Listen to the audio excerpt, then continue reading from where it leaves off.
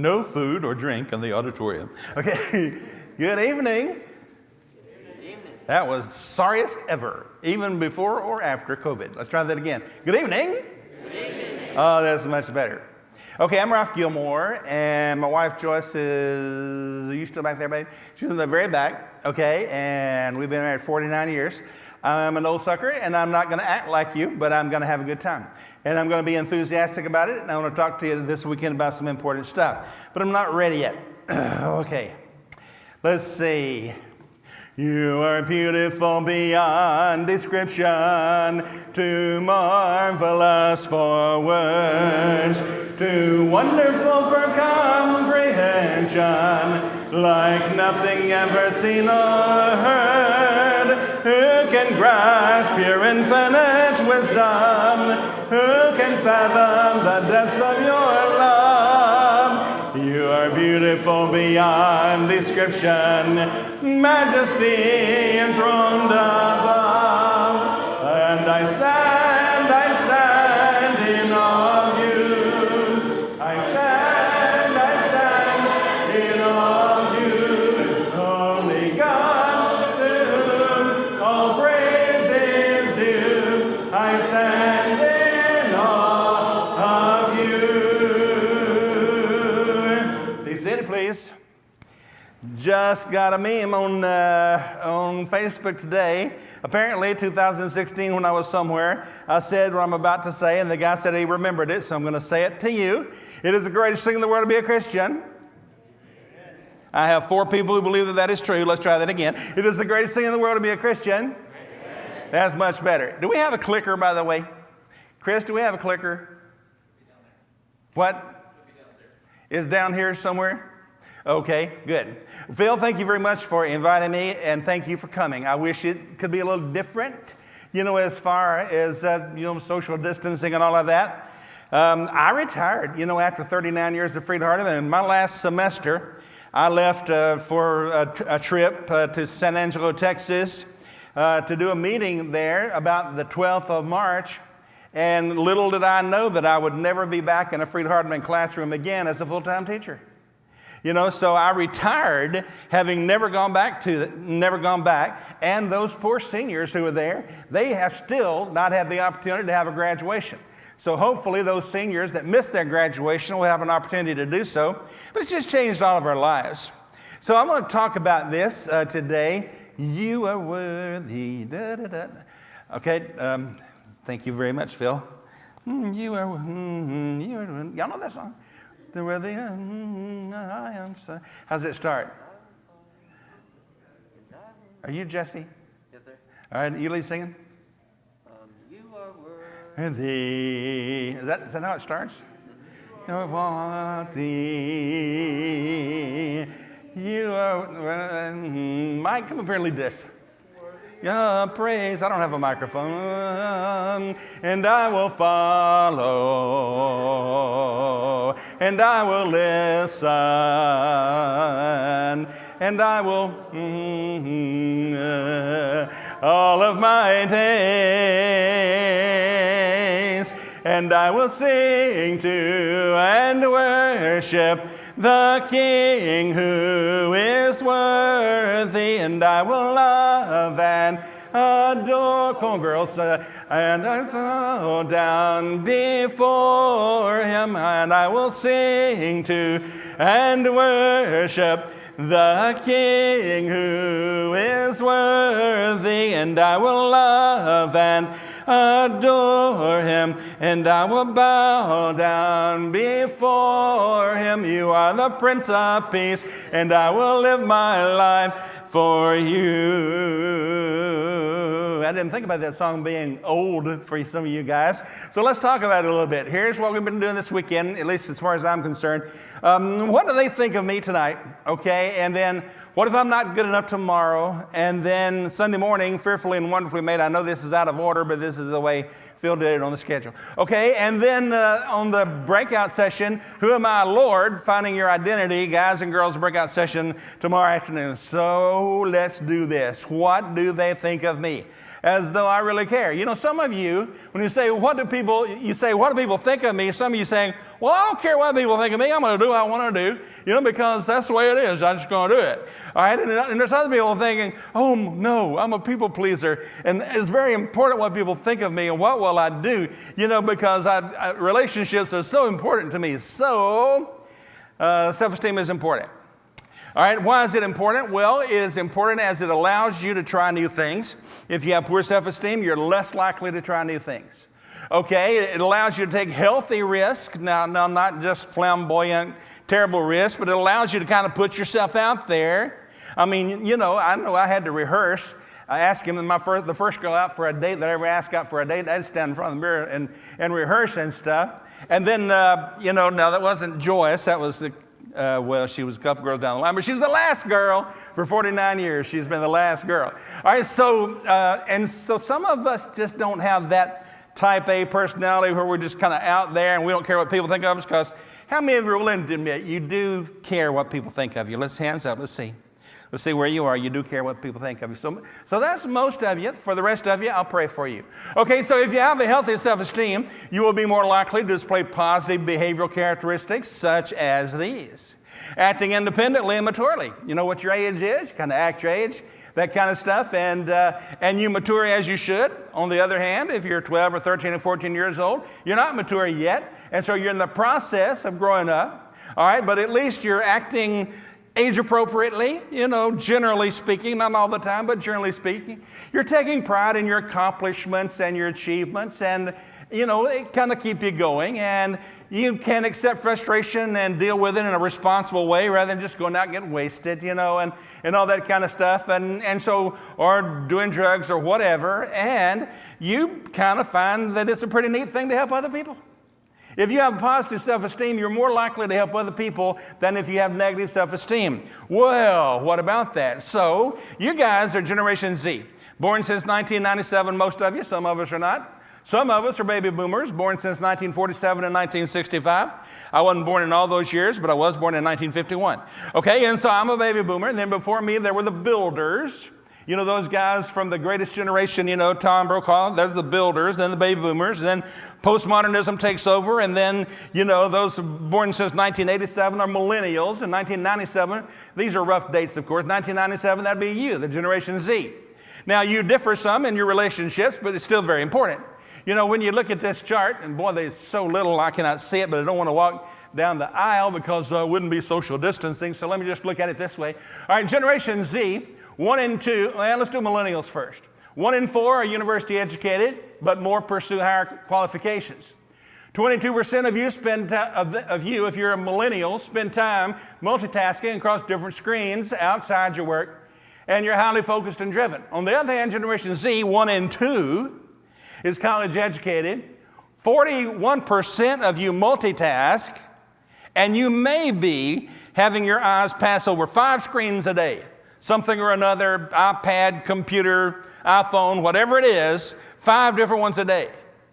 All right, and so you find out that you're more entrepreneurial. You don't mind starting a business. You're likely to start a business more likely than millennials, but both of you are tech savvy because you know exactly how to Snapchat, you know how to tweet, and you know how to, send a text and all that kind of stuff.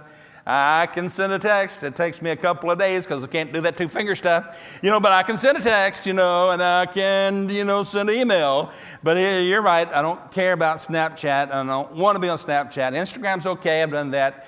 But whenever you think about it, okay, you guys are fearless. I mean, whenever I can't figure out something on my earphone, on my iPhone. Yeah, earphone. Okay, so when I can't figure out something, I got 4 daughters, all right?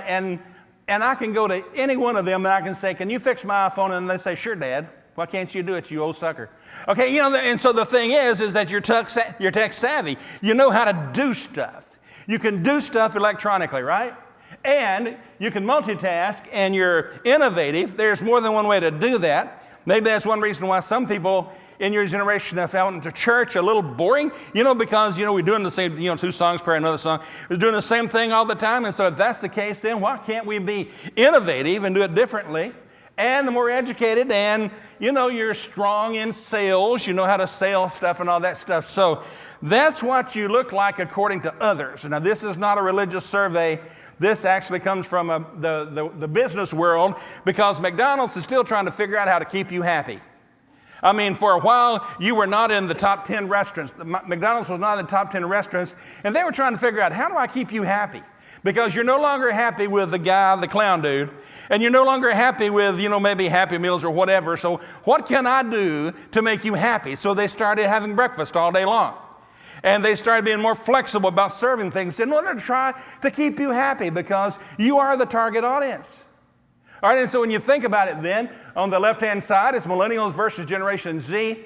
And notice there the ages, Millennials 19 to 34.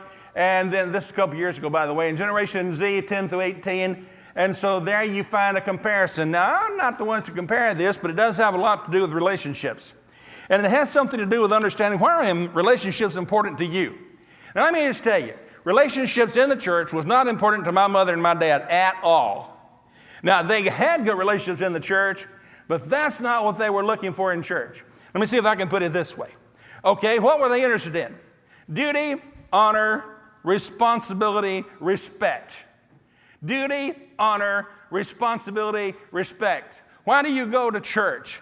Duty, honor, responsibility, respect. That's why you go to church.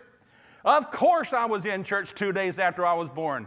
Why? Because I was breathing, and I was in church every time after that. Why? Because if you got a body temperature, it doesn't matter if it's high or low, you are going to church. Okay, and so we went to church. And it seemed like we spent a lot of time in church, in gospel meetings, and the sermons were so long, and funerals leave in a couple of days. Okay, duty, honor, responsibility, and respect. Well, then you guys come along, and because of some of the changes in your desire for strong relationships, now all of a sudden it's not about duty, honor, respect, and responsibility. It's about relationships. And therefore, if you want to know why a lot of our kids, though some of our kids who were brought up in the Church of Christ, go to some Jump for Jesus church, rather than staying with the churches of Christ, it is because they think they have found better relationships in that church. That's it. It's the R word. Let's say it together. 1, 2, 3. The R word. And what is the R word? Relationships. That's it. Many of them would not, maybe they have some opinions about whether or not a woman should be preaching. Maybe they have some opinions about whether or not the Lord's Supper ought to be partaken of every Sunday. Maybe they have some opinions about whether or not we should sing with or without the instrument. But the most important thing is, do I fit in this group of people?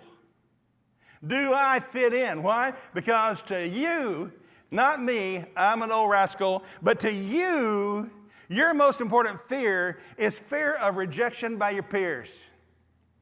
You do not want to be rejected by your peers. Study after study indicates that. And it has a lot to do with your self-esteem if you feel that you have been rejected by your peers.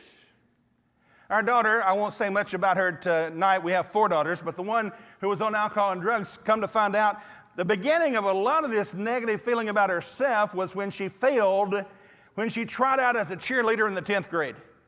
And she'd been a cheerleader all up until the 10th grade, and then there was more emphasis on tumbling and stuff, and she was not good at tumbling and stuff, so she didn't make it that year. A lot of what she did with drugs and alcohol had to do with the fact that she felt badly about herself, and it started back at least in the 10th grade, maybe sooner. So as we think about that, then let's look at some things tonight about you. All right, so your group is more likely to mention nones on a survey, which means I don't have a religion. I believe in God some, honk twice if you love Jesus, beep, beep. I believe in Jesus some, but frankly, I don't have a church. So what church are you a member of? None. Matter of fact, your generation is known now on the surveys as the none generation because that's the largest constituency of those in your age group. None.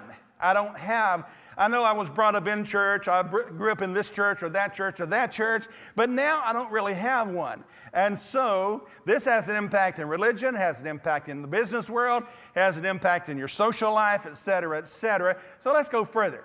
The survey of 2,000 U.S. men and women who are, millennials, found that 62% say they talk to God, while 52% of them said that they look to religion for guidance. That means that 48% of them don't. 48% of them don't care. Now, look ahead 10 years from now. I can't really do the movie thing of Back to the Future or Forward into the Future and all that kind of stuff. But I can say to you that in 10 years, you're likely to see that among some in your youth group. Now, it'd be very unusual to keep every member of your youth group faithful to the church. Why? Because there's a lot of stuff going on out there that will impact you. So here's my story. All right, I've got a personal story about this because my own self-esteem is not very high.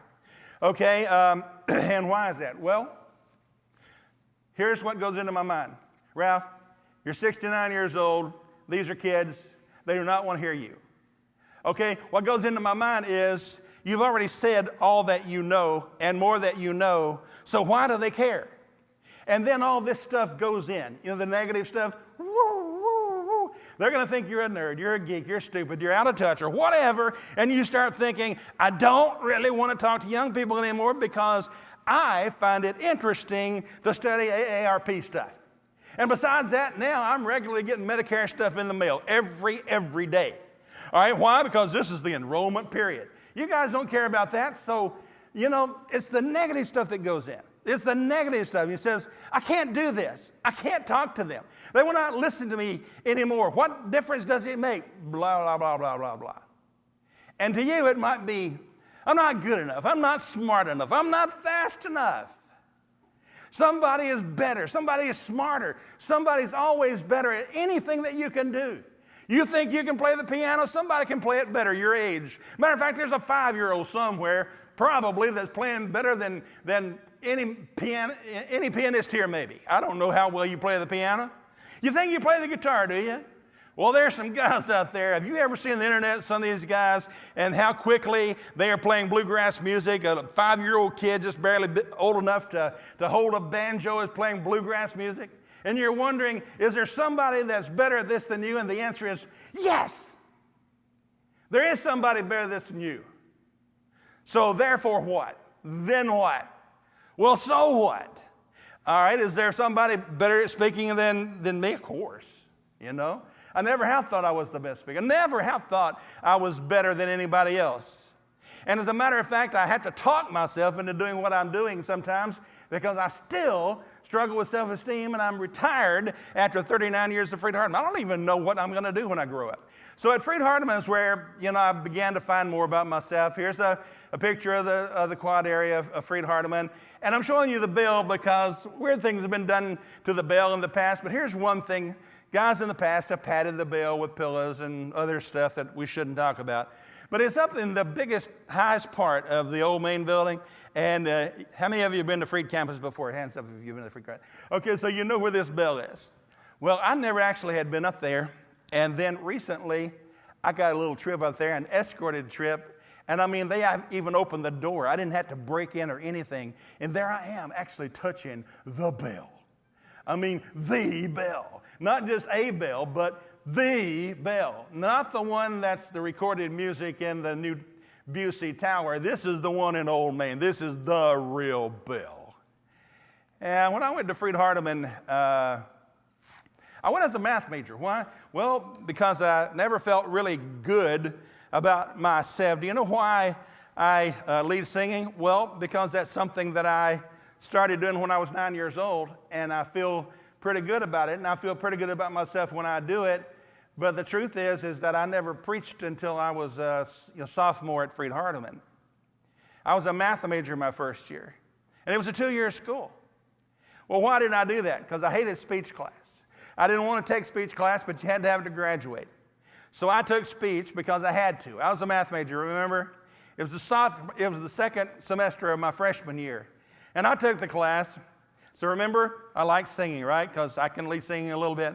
Okay, and so in my little speech, I told people how to do a 4/4 time, and then how to do a 3-beat time, and how to do a 2-beat time, and how to start a song, and what's the right way to do your hand motions and all that kind of stuff. And why did I do that? Well, because that's what I thought I knew. Well, Dr. Gerald Fulkerson asked me to stay afterwards. And I thought, oh, snot. I mean, did I plagiarize this? Did I steal this from somebody? Well, no, it was all personal. It was about me. It wasn't about it. I didn't steal it from somebody, so I thought, what in the world do you want? And he said, have you thought about being on our debate team? I didn't know what a debate team was, and I never debated anybody because I was a math major, and it didn't have anything to do with standing before other people and talking. I'm telling you the truth. Joyce, am I telling the truth back there? Do your head this way if I'm telling the truth. Thank you very much. Okay, and so I hated it. I hated standing in front of other people and all this kind of stuff. I played guitar for a group. We sang another guy played bass, and 3 girls sang. Joyce was the girl in the middle. There's a shorter girl and a taller girl. I didn't marry all 3 of them, just her. Okay, and so I married the girl in the middle, and so we were called the Freedom Five, and again, it was music. Music was my respite. Music was my place to go to, and so we sang, Peter, Paul, and Mary, and Simon and Garfunkel, and all that kind of stuff, because that's what you did back then. But when he said to me, have you thought about debating? It was like he hit me in the face with a brick. The answer is, how many times do I need to say this? Read my lips. No, I don't. No. Because that's the way that I felt. Why? Well, really poor self-esteem. Have you noticed that I'm not as thin as some of you guys? I think I'm going to be thin as some of you guys about 2 years after I'm dead. My body's maybe going to waste away a little bit, and then I'll be as thin as some of you guys. Matter of fact, skinny people really tick me off. Okay, and why is that? Well, because you're skinny, and some of us can just pass by a Krispy Kreme, without buying anything, and gain 3 pounds. And you just pass by it in your truck. And then some of you just say, I think I'll have a dozen now, and then I'm going to eat another dozen after that. Well, let me just tell you, I hope there is some hope for you to get to heaven. Why is that? Because you are skinny, and I don't really relate to that.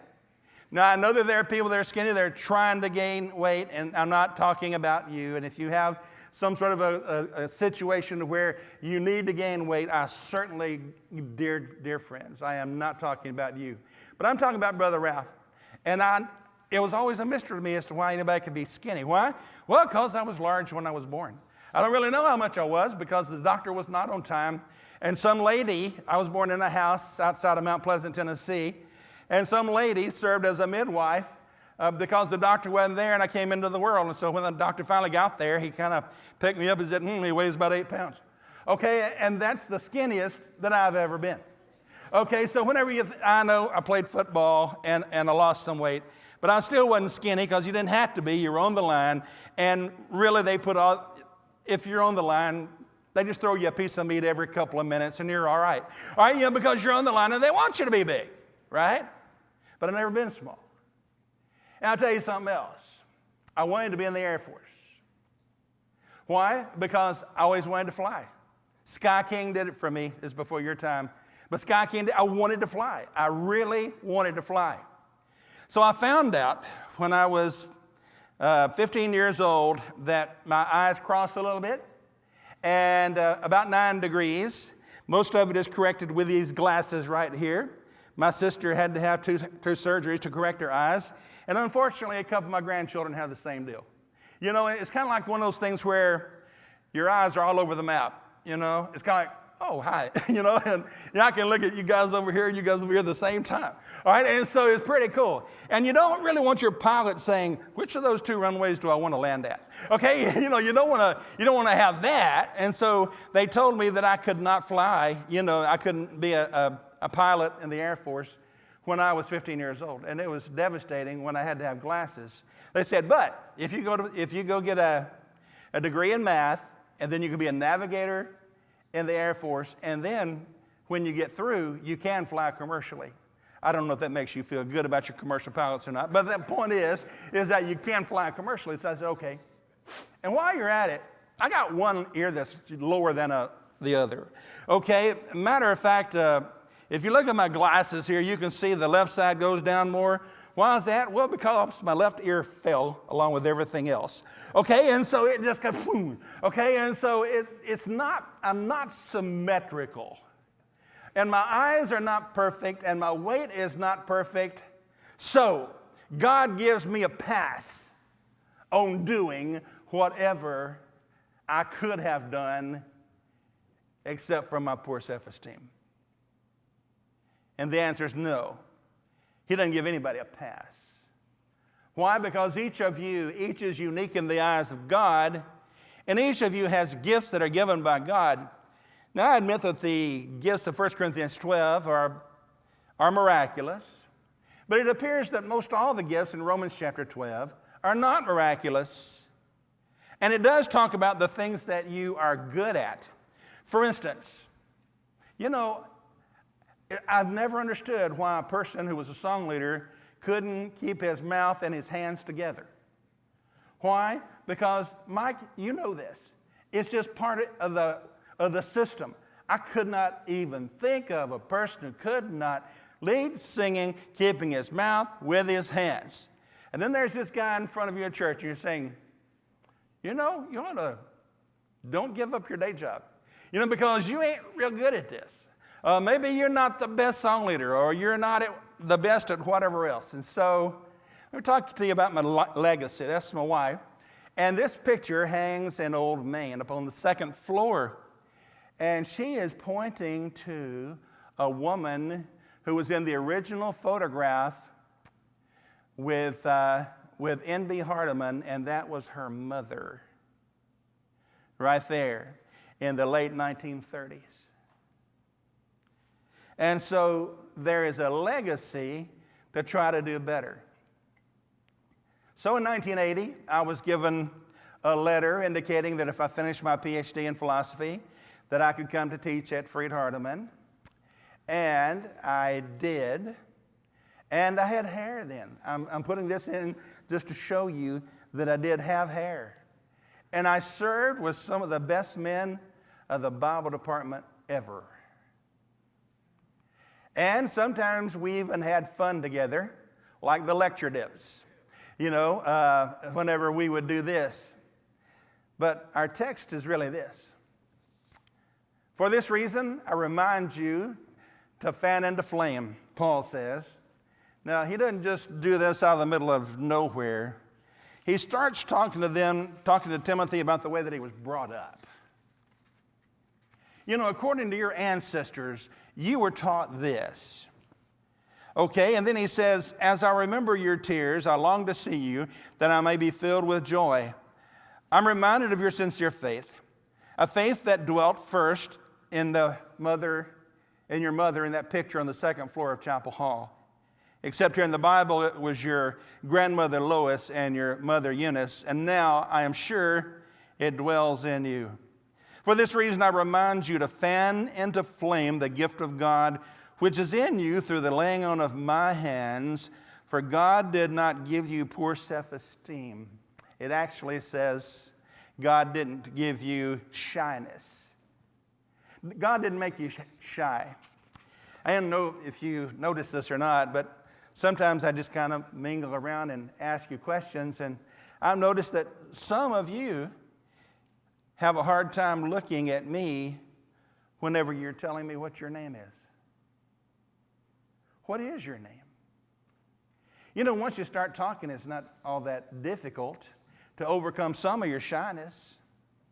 This sweet little waitress at Golden Corral, we ate there before we came here, and I had some bourbon chicken, so I don't know if I need to be carded or not. But anyway, okay, so the bourbon chicken was pretty good, and so we started talking to our waitress, and then all of a sudden it just started pouring out of her family and her step-family, and she's having to drive 45 minutes from another Golden Corral that is kind of going out of business or whatever, and all of a sudden, that little person who was just bringing us our food and more dishes and everything, she's a real person behind that mask.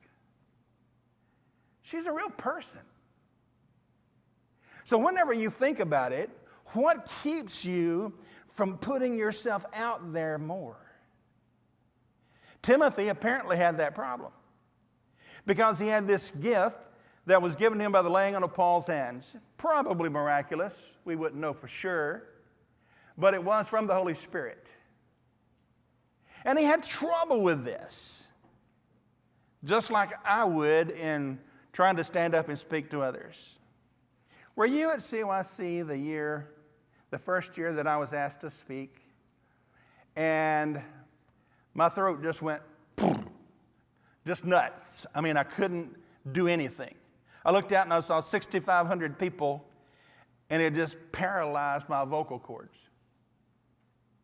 And so I had to ask one of the song leader, I had to ask the song leader to come up there and lead a song while I went off stage for a minute or two and got my composure, and then I came back and preached. I've never been able to overcome this fully. Why? It goes back to factors that I do not understand. I don't know sometimes why I have just felt inferior to others.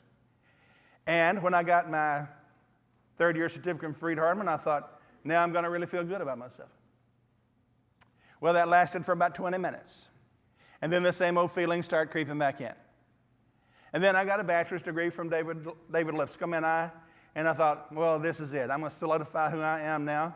I graduated, first in the summer class in the Bible area, and so now, hey, I'm good. I'm legit. I'm real. Deal with me, people. And that lasts just for a little while. And then all of a sudden, those other thoughts come pouring back in. Finally got a master's degree from Harding Graduate School. Same deal. Got a PhD from University of Tennessee, Knoxville, back when we had a football team. That was the same deal. I mean, all that stuff, and yet I still have to fan the flames if I'm going to continue to do what I do, because I'm just not naturally, hi, how you doing? Good to see you, brother. So wonderful that you're here. I will mingle with you, and I will be so glad to know your name and to meet you. But I want you to know that it does not come naturally. Sometimes when I'm at a new church that I've never spoken at before, I'll just sit in the car and pray before I go in. And one more thing you need to know about me, I never show up 30 minutes early. Why? Because if I show up 30 minutes early, I'm going to have to talk to people for 30 minutes. So I usually show up 10 to 15 minutes early so that the people will not have a heart attack like Phil. They do know that I'm here. So I don't want you to feel badly if you think you are shy. Because others have had to deal with this before. And we still have to deal with this because of things that we might not even know. Here are some signs of low self-esteem. You avoid new things, and you don't want to take advantage of new opportunities that you really would kind of like to do, but you're afraid of failure, and so you don't want to do it. Or you feel unloved and unwanted. How many of you have a brother or a sister? Hands up. A brother or a sister. Okay. Now, I don't want your hands up now, but how many of you are the favorite brother and sister? Some of you, okay, you can raise your hand if you want to. But unfortunately, we got 4 daughters. Why? This is also famous to me because we don't want 5. Okay, so we got 4 daughters. And so which one is the favorite? If you want to get something started, just start that over the Thanksgiving table. Okay, which one of you is the favorite? Because everybody seems to have their own idea of which one is the favorite. But there are times in all of our lives, actually, that we have felt maybe that our parents didn't love us, at least in the way that we would like to be loved. And whenever we have low self-esteem, we have a tendency not to take responsibility for something that's happened to us. Instead, it was that sorry teacher at school. That's why I got in trouble. That's why I'm on disciplinary action. That's why things are not going well. That's why I got kicked out of school. You see, it was that other person. And also blaming others for, and not being able to deal with normal levels of frustration. Negative self-talk. What do you say to yourself? You stupid idiot. What do you say to yourself? Well, you put that stuff in there because if somehow or another you figure out that you really are a stupid idiot, if something bad goes wrong, at least it's not your fault. Because after all, today is Friday the 13th. Okay, and so it's not your fault, right? And you have difficulty making friends, whereas others seem to do so very easily. You'll see a big difference in your children, by the way, as parents. Some of your children will more naturally make friends than others. And there's low levels of motivation and interest. And here's another thing that I can't do. I can't take a compliment. You know, if somebody gives me a compliment, I have a way to bounce that off of me back onto them. Why? Well, because I'm not supposed to be complimented in that way. And so I kind of diffuse that, and I kind of bounce it off to the other person. Oh, well, you know, you're doing much better. You know, you could have done a much better job, whatever. And you have mixed feelings about anxiety and stress. So here I am on the outside. I did open forum by myself for 20 years at Freed-Hardeman, and then I did it for 4 years with 2 other guys. And that's where you stand up there in front of thousands of people like that, and at least twice that number online as they are sending in questions, and that was back in the days of the open microphones. You know what that meant? It was an open microphone. So if some doofus wants to come up there and ask you the dumbest question you ever heard from the Bible, you know, he can just walk up to the microphone and do it. And what are you supposed to do? I'm going to be gracious, you know. I'm not going to say, that's the dumbest question I ever heard. You know, I'm not going to say that because I got to be gracious. And it is really nerve-wracking to be in that situation because you know that there are plenty of people out there who can ask you questions that you cannot answer. But there I am on the outside, and here I am on the inside. I'm a hot mess. You know, I'm messed up. I never have fully believed all that I was able to do. And maybe that's one reason why I haven't written more than I am trying to write more now that I've retired. But I thought to myself, you know, why would people want to read what I had to say when there are people that seem to write about going to get pizza, you know, and then they went to get a big breakfast somewhere or a taco meal, and they had to blog it and let everybody know about it because, after all, their opinions really matter. So here's what I want to conclude with tonight. God did not give you shyness, but He gave you these things: power and love and self-control. Sweet little girl back here was wearing a hair beret that said love on it. Where you at, girl? Is that you right there? You got the hair thing that says love? Okay, so God gave you a spirit of power and love and self-control. So therefore, let's conclude with these 5 positive thoughts. Are you ready? You can have a copy of this later on if you want it. It starts with an awareness of God's love for you. You cannot bounce back the love, for another person as you should unless you are aware of the fact that God loves you. Therefore, the ultimate way to get control of your negative self-esteem is to think about the fact of what God and Jesus and the Spirit have done and are doing for you. Number 2, you need to restructure the way that you feel about yourself. Okay, I'm actually down 30 pounds, but I still weigh 248 pounds. But that also means that I'm under the 250-pound limit if I ever want to hang glide. Okay, and so, all right, so am I still bigger than I should be? Yes, but basically that's probably none of your business because I still know that I have trouble eating as I should, like I should, but also know that God loves me the size that I am. He loves me the size that I am. Even if I had not lost weight, He would love me. If I had gained 30 pounds, He would still love me. Restructure the way that you think about yourself. And whenever you're about to have a negative thought, like, those kids don't care about hearing me, they don't care about listening to me, replace that with something that is more healthy. Just like if a kid, a toddler, has Drano in his hands, like here, and he's about to drink it, right? Are you going to say, I just want to see this happen? Or are you going to say, whew, Give me that. Now, if you're a parent, you know what you do. You switch that Drano for the kid's favorite toy. The one that he or she goes to sleep with every night. It's easier to give up the Drano if you have your favorite toy. So those negative thoughts, I want to challenge you this weekend to try to substitute them for something more positive and more appropriate for you that is realistic and meaningful and somehow or another evaluable. You can evaluate it. Number 4, reframe negative stuff that's happened in your life. There's been some bad stuff happen. Matter of fact, we lost a house on the way here. We're going to be moving probably to Woodbury, Tennessee, also near the Appalachian Mountains there. And there was this house that came open just on the way here, where you turn to 840 and you go, over there toward Murfreesboro, or you go straight and go toward Nashville.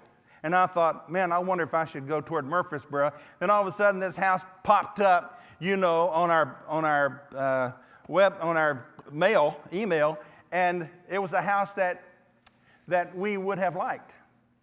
So then there's this choice.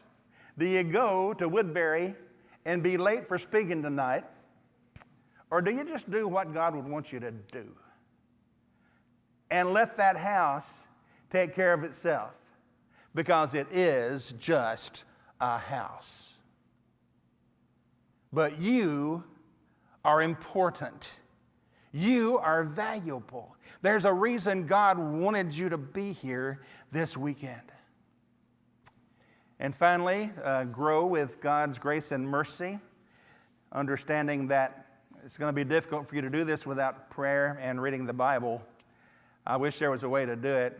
It's kind of like saying to a fat person, how do you lose weight? Well, you just cut back on calories and you exercise more. Well, duh. I am from Tennessee. I'm a little slow. Will you go over that with me one more time? Okay, so you exercise more and you eat less. Okay, good. Shut up. Okay, so I understand the concept, but I also understand that there's a lot of grace that God is extending my way so that when my heart is good and I'm really trying to live the life that He wants me to live, His grace is sufficient. His grace is sufficient. Phil, I didn't ask you how we were supposed to close this, just with a prayer. Okay, Mike? Yeah.